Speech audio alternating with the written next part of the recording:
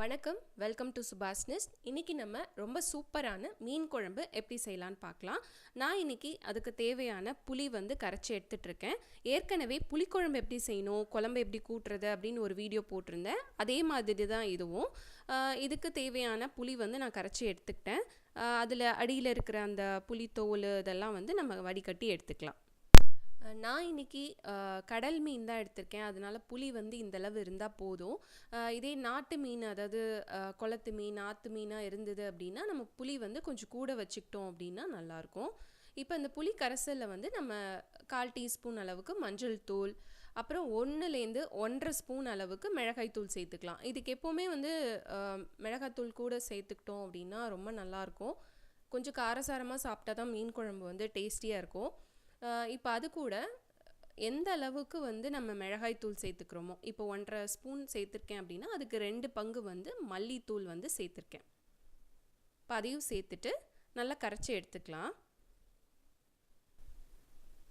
எப்போவுமே எங்கள் ஊர்லலாம் சொல்லுவாங்கங்க, மீன் குழம்பு ரெடி பண்ணுறதுக்குள்ளே மீனை கழுவி போட்டுடலாம் அப்படின்னு சொல்லுவாங்க. அந்தளவுக்கு மீன் குழம்பு டேஸ்ட்டாக இருக்கும். ஏன்னா ஃப்ரெஷ்ஷாக பிடிச்சிட்டு அப்படி குழம்பு வைப்பாங்க. இப்போ தேவையான அளவுக்கு கல்லுப்பு சேர்த்தாச்சு. தேங்காய் நான் 2 டேபிள் ஸ்பூன் தேங்காயில் சோம்பு சேர்த்து நல்லா நைஸாக அரைச்சி எடுத்து வச்சுருக்கேன். லாஸ்ட்டாக சின்ன வெங்காயம் ஒரு 4-5 சின்ன வெங்காயம் சேர்த்து ஒரு ஓட்டி எடுத்துக்கலாம். இப்போ இது எல்லாத்தையும் நல்லா கலந்துட்டு இப்போ உப்பு, காரம் இதெல்லாம் சரியாக இருக்கான்னு பார்த்துக்கலாம். அவ்வளோதான், குழம்பு கூட்டியாச்சு. இப்போ இதை நம்ம ஒரு மண் சட்டியில் எடுத்துக்கலாம். தேவையான அளவுக்கு தண்ணி சேர்த்து கொஞ்சம் நேரம் கொதிக்க விட்டுக்கலாம். இப்போ அது குழம்புக்கு தேவையான சின்ன வெங்காயம், கருவேப்பிலை, தக்காளி, மாங்காய் இதெல்லாம் சேர்த்துருக்கேன். மீன் குழம்புக்கு மாங்காய் சேர்த்து செஞ்சிங்க அப்படின்னா ரொம்ப டேஸ்டியாக இருக்கும். சின்ன வெங்காயம் 1-2 கட் பண்ணி போட்டுக்கோங்க. குழம்பு லைட்டாக கொதி வந்ததுக்கப்புறம் நம்ம மாங்காய் சேர்த்துக்கலாம். இப்போ லைட்டாக கொதிக்க ஆரம்பிச்சிருச்சு. இப்போ நம்ம மாங்காய் சேர்த்துக்கலாம். மாங்காய் சிலது புளிப்பாக இருக்கும், அதனால் அதை பார்த்துட்டு நம்ம சேர்த்துக்கலாம். ஏன்னா ரொம்ப புளிப்பாக இருந்தது அப்படியே விட்டுட்டோம் அப்படின்னா குழம்பு ரொம்ப புளிப்பாகிடும், சாப்பிட முடியாது. மாங்காய் கொஞ்சம் வெந்ததுக்கப்புறம் புளிப்பான மாங்காய் இருந்தால் எடுத்து வச்சுருங்க. இப்போ இன்னொரு சட்டியில் நான் தாராளமாகவே நல்லெண்ணெய் சேர்த்துருக்கேன். சில பேர் அது கூட விளக்கெண்ணையும் சேர்த்துப்பாங்க, புளிக்குழம்பு, மீன் குழம்பு இதுக்கெல்லாம். இப்போ அதில் வெந்தயம் சேர்த்து பொரிய விட்டதுக்கப்புறம் சின்ன வெங்காயம், கருவேப்பிலை இதெல்லாம் சேர்த்து நல்லா வதக்கிக்கலாம். வெங்காயம் கூட இப்போ தக்காளியும் சேர்த்துக்கலாம். இப்போ தக்காளி, வெங்காயம் இதெல்லாம் நல்லா வதக்கிட்டு அதுக்கப்புறம் மீன் குழம்பு சேர்த்துக்கலாம். எப்போவுமே மீன் குழம்புக்கு இது ரெண்டும் நல்லா வதங்கினா தான் நல்லாயிருக்கும்.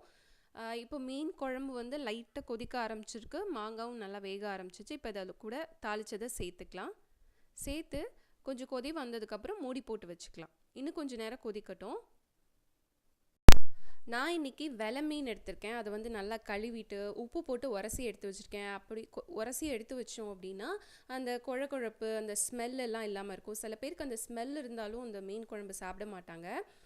இப்போ குழம்பு நல்லா ரெடி ஆகிடுச்சு, மாங்காய் வெந்துருச்சு, எண்ணெய் நல்லா பிரிஞ்சு வந்துருச்சு. இந்த ஸ்டேஜில் நம்ம மீனை ஒவ்வொன்றா சேர்த்துக்கலாம்.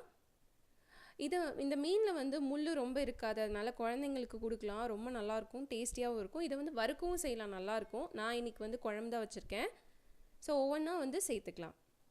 எப்போவுமே மீன் சேர்க்கும்போது ஃப்ளேம் கொஞ்சம் ஹையில் வச்சுக்கோங்க. அதை ரொம்ப ஹை வேண்டாம், மீடியமோட கொஞ்சம் கூட சேர்த்துட்டு இப்போ நல்லா கலந்து விட்டுக்கோங்க. இந்த மாதிரி இப்போ கலந்து விட்டுட்டோம் அப்படின்னா விட்டுட்டு ஒரு நிமிஷம் போல் கொதி வந்ததுக்கப்புறம் நம்ம ஸ்டவ் ஆஃப் பண்ணிக்கலாம். ஏன்னா ரொம்ப நேரம் மீன் போட்டுட்டு கொதிக்க விடக்கூடாது. மீன் குழம்பு தயாராகிடுச்சு. நான் இப்போ சாப்பிட போகிறேன். ரொம்ப டேஸ்டியான வாசனையான குழம்பாக இருக்குது. இன்னும் கொதிச்சிட்ருக்கு பாருங்கள். நல்லா மீன் வெந்துருச்சு. மண் பாத்திரத்தில் செஞ்சோன்னா அதான் மீன் குழம்போட டேஸ்ட்டே தனி தான். கண்டிப்பாக இந்த வீடியோ யூஸ்ஃபுல்லாக இருக்கும்னு நம்புகிறேன். ட்ரை பண்ணிவிட்டு எனக்கு கமெண்ட் பாக்ஸில் கமெண்ட் பண்ணுங்கள். இந்த வீடியோ பிடிச்சிருந்தா லைக் பண்ணுங்கள். தேங்க்ஸ் ஃபார் வாட்சிங். நன்றி.